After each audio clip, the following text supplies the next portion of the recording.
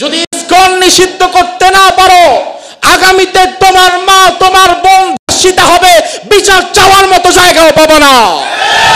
এজন্য এই মুহূর্তে গভর্নমেন্টের কাছে আমাদের সর্বোচ্চ দাবি হচ্ছে অনতি বিলম্বে এই জঙ্গি সংগঠন ইসকনকে নিষিদ্ধ করতে হবে। সেটা যদি আপনারা নিষিদ্ধ করতে না পারেন, তাহলে জনতার আদালত আপনাদেরকে নিষিদ্ধ করে দেবে। গাজীপুরের এক মসজিদের ইমাম সাহেব যখন মসজিদের মিম্বার থেকে জাতিকে সচেতন করলো, ইসকনের বিরুদ্ধে কথা বলল, হিন্দুত্ববাদের বিরুদ্ধে কথা বলল, তখন গাজীপুরের সেই মসজিদের ইমামকে করে কয়েকদিন অবর্ণনীয় নির্যাতন করে এরপরে ফেলে রাখলো পঞ্চগড়ের সীমান্তবর্তী একটা এলাকায়। চেয়েছিল ভারতের বর্ডার পার করে দিতে, ওই পাশে পাঠায় দিতে, সারা জীবন যেন এই দেশে ফিরতে না পারে। ওই ইমাম সাহেব গতকালকে দেখলাম বেচারা বুড়ো মানুষ কাঁদতে কাঁদতে বলতেছে, আমার অপারেশন হয়েছে কয়েকবার, আমাকে এত পরিমাণে তারা মেরেছে, আমি কথা বলার শক্তি হারিয়ে ফেলেছি, আমি এখনো সুস্থ না। তারা আমাকে বারবার বলেছে ইসলামের বিপক্ষে কথা বলবি না, কৃষ্ণদাসের বিপক্ষে কথা বলবি না, আমাদের বিরুদ্ধে ভারতের বিরুদ্ধে কোনো কথা বলবি না, এগুলো বলেছে আর অবর্ণনীয় নির্যাতন আমাদেরকে করেছে। এখন আবার আমরা দেখলাম ইসলামের একটা ফাঁদ আছে, এটাকে বলে লাভ ট্র্যাপ। অর্থাৎ ইসলামের সদস্য কিছু যুবক, তাদেরকে দায়িত্ব দেওয়া হয়েছে বিভিন্ন কলেজ, ইউনিভার্সিটি, এমনকি মাদ্রাসার ছাত্রীদেরকেও ভুলিয়ে ভালিয়ে তাদের সাথে 2-4 দিন কথা বলে একটা সম্পর্ক ডেভেলপ করে এরপরে যেন তাদের করা হয়। লাভ ট্র্যাপের ফাঁদে ফেলে এ পর্যন্ত হাজার হাজার তরুণীর নষ্ট করেছে ইসকনের এই সদস্যরা। এই কাজগুলো হওয়ার পরে এখন কি আর আমরা নীরব ভূমিকায় বসে থাকতে পারি? মুসলমান, এখন সময় এসেছে, ইসকন নিষিদ্ধ করতে না পারো, আগামীতে তোমার মা তোমার বোন ধর্ষিত হবে, বিচার চাওয়ার মতো জায়গাও পাবো না।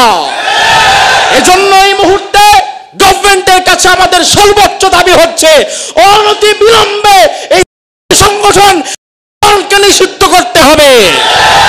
সেটা যদি আপনারা নিষিদ্ধ করতে না পারেন, তাহলে জনতার আদালত আপনাদেরকে নিষিদ্ধ করে দেবে। কারণ বাংলাদেশে থেকে অন্যায়ের বিরুদ্ধে যদি আপনি প্রতিবাদ করেন, অন্যায়ের বিরুদ্ধে যদি প্রতিবাদ করেন, আপনাকে যদি গুম হয়ে যাওয়া লাগে, 92% মুসলমান তো তাইলে থাকার দরকার কি? তাহলে তো 92% মুসলমান না, 92% তো তাহলে মুনাফিক হয়ে গেছে।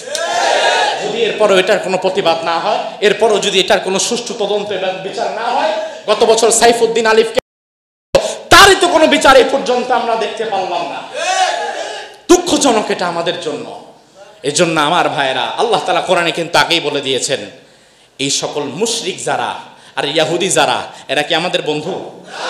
বন্ধু? আল্লাহ কোরআনের মধ্যে বললেন, লাতাজিদান্না আশাদ্দান নাসি আদাওয়াতাল লিল্লাযীনা আমানুল ইয়াহুদা ওয়াল্লাযীনা আশরাকু। আল্লাহ বলেন, ঈমানদারেরা শুনে নাও, এই পৃথিবীর জমিনে তোমাদের সব চাইতে বড় দুশমন দুটি জাতি। কয়টা? কে বলছেন? তার মানে আল্লাহর কথায় কোনো মিথ্যা ভুল নাই। আল্লাহ বললেন, দুনিয়ার ঈমানদারদের জন্য দুনিয়াতে সবচেয়ে জঘন্য দুশমন হবে দুটি জাতি, একটি হচ্ছে ইহুদিরা আর একটি হচ্ছে মুশরিকরা। ১৫০০ বছর পরে আজও আমরা এই আয়াতের বাস্তবতা সমাজে দেখতে পাচ্ছি। এখনো আমরা সমাজে এটার বাস্তবতা দেখতে পাচ্ছি। ইসকন আর সাধারণ হিন্দুরা কিন্তু এক নয়। আমাদের আশেপাশে আমাদের হিন্দু প্রতিবেশী যারা আছে, ইসকনের সদস্য যদি এর মধ্যে কেউ না হয়, তার সাথে আমাদের কোনো বিরোধ, কোনো শত্রুতা নাই। বরং আমরা দেখেছি বাংলাদেশে ইসকন বহু হিন্দু মানুষের মন্দির দখল করেছে, বহু হিন্দু মানুষের ব্যবসা নষ্ট করেছে, বহু হিন্দুদেরও ক্ষতি করেছে।